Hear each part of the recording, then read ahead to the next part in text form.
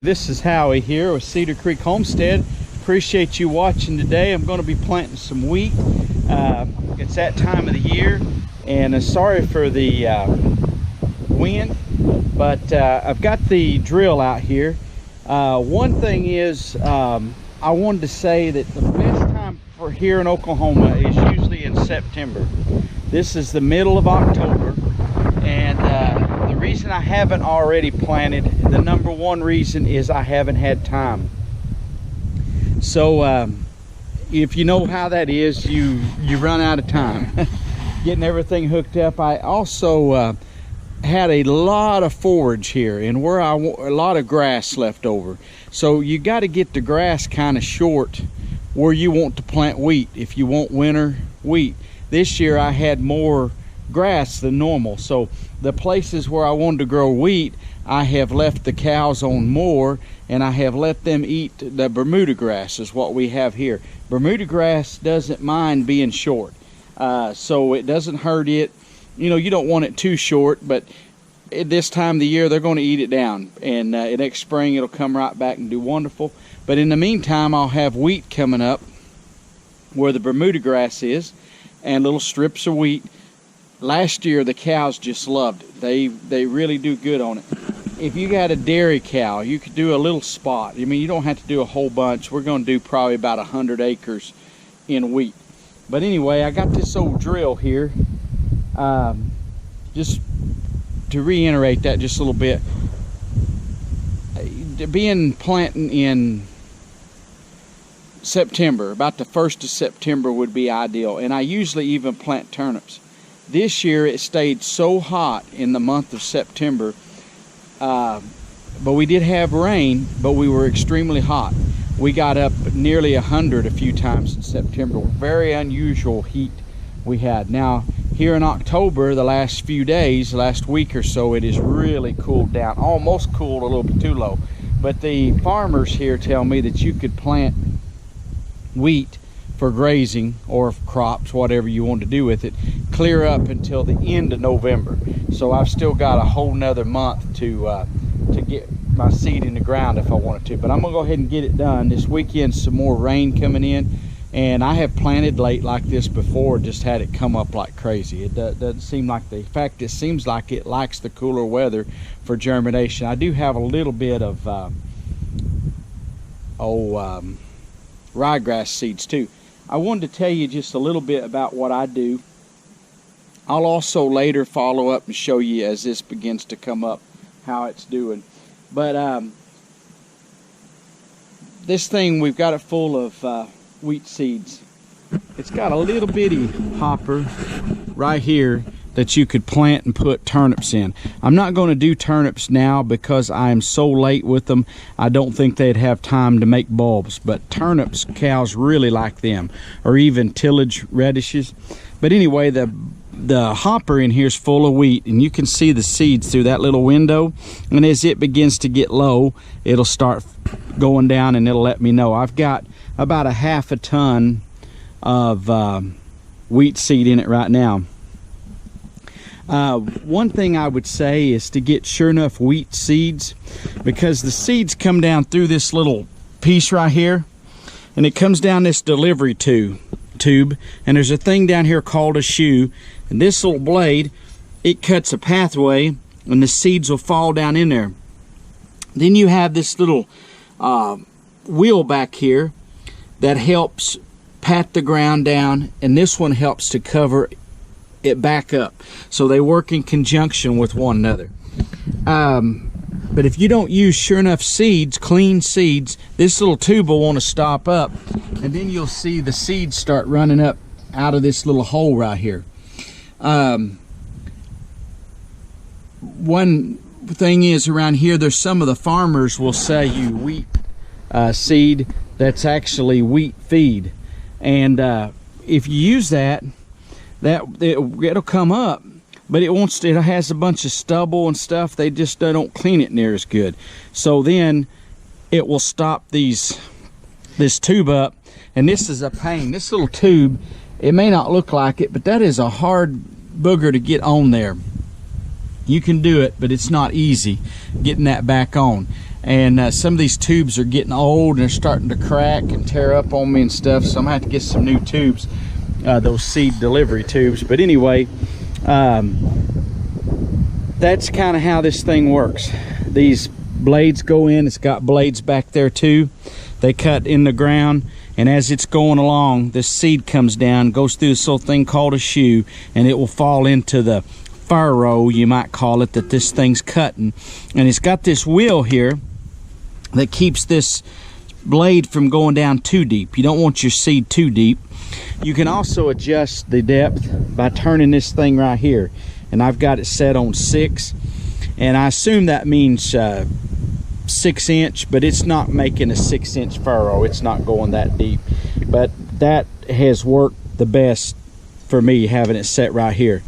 And what this thing does is, I let it down, this little button here, it hits the hydraulic, this thing here, and it starts letting the hydraulic oil bypass, so this thing won't go any deeper. It's got a big ram over there that pushes everything down. I'm not claiming to be no farmer expert, that I am not, but I just kind of explain it to you how this machine works.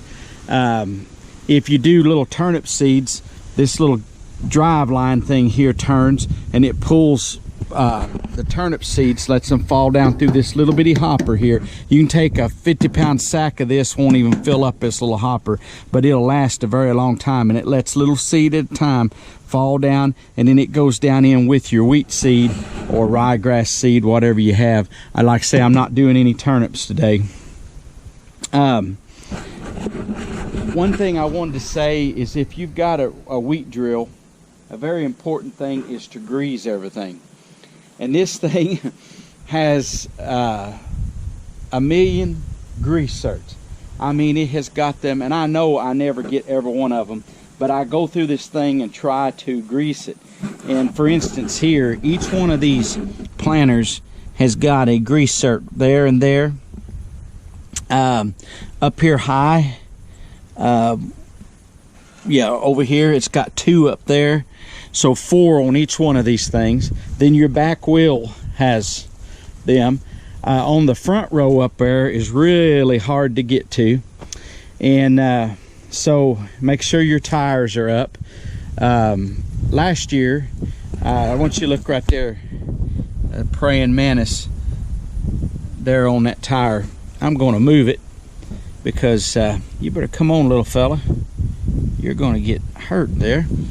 I'm going to move him over here in the shade and let him go somewhere else, because he's going to get killed out there on the with that wheel. If he hung on that wheel very long, he'd surely get killed. But anyway, you got to make sure everything's greased good. It's got grease certs up in here, lots of turning parts, got chains that turn. This is an old machine anyway, so it was pretty well wore out when I got it. Also, if you're wondering about the seed, I don't know if it really matters, just as long as it's wheat seed. Wheat seed comes up really easy. But this is called Forage Max. It's by Andrew's Seed Company. But there's the brand there. Like I say, whether that matters on your brand or not, I'm right in the shadow there of the brand. There, you might be able to see it. Anyway, this some extra sacks there. I've also got some sacks of ryegrass seeds, but I don't know what brand they are. But I did just buy from farmers around here, would sell it, and they call it wheat feed because there's some kind of a problem with selling it as wheat seed, unless it's because it's patented and stuff, or some rules about all that stuff. So but it wasn't clean good. I had an uncle that would give me ryegrass seed, and he'd put it in these overhead bins, and you'd come over and with these big humongous feed sacks and fill them up and get some ryegrass seeds, and it was free. So I liked that, except it continually stopped up my hopper. So if it stops up your you can't get the seeds to come down, not through your hopper but my seed tubes. If it continues to do that, then it's kind of defeating the purpose of, you're not getting your seeds out in the ground, so it's just wasting your time anyway. So I decided to start paying for them. This seed this year, last year was $10.50. This year is $11 a sack for a 50-pound sack. Now that sounds like a lot of money, but a 50-pound sack will do a lot of area. And for the amount of good that I get, like this year, I spent about $400 on seed.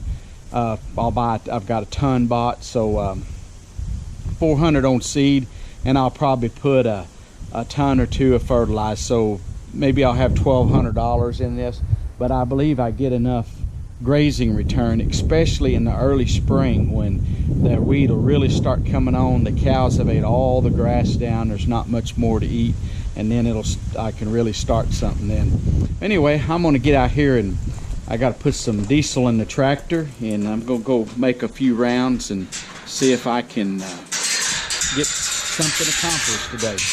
Hey, thank you for watching.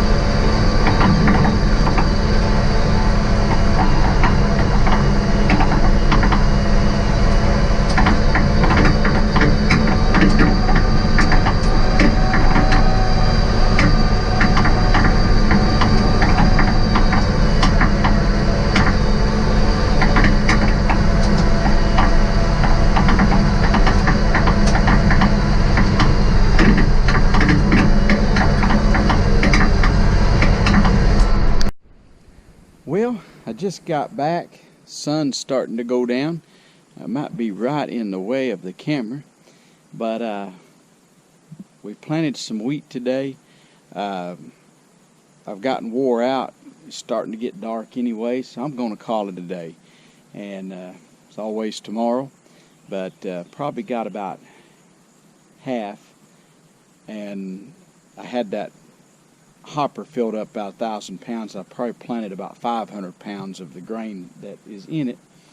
But anyway, I'm going to call it a day today, and I hope this helps you if you're interested in growing wheat for forage or ryegrass for forage, anything like that. And I'll try to do a video here in about 30 days or so and show you what it looks like, how it's developing and coming along. I appreciate you watching. If you haven't subscribed, if you'll subscribe to our channel, would appreciate it. And I want to thank you to all of our loyal viewers and loyal subscribers. And I say God bless you, and we'll see you next time. We're gone.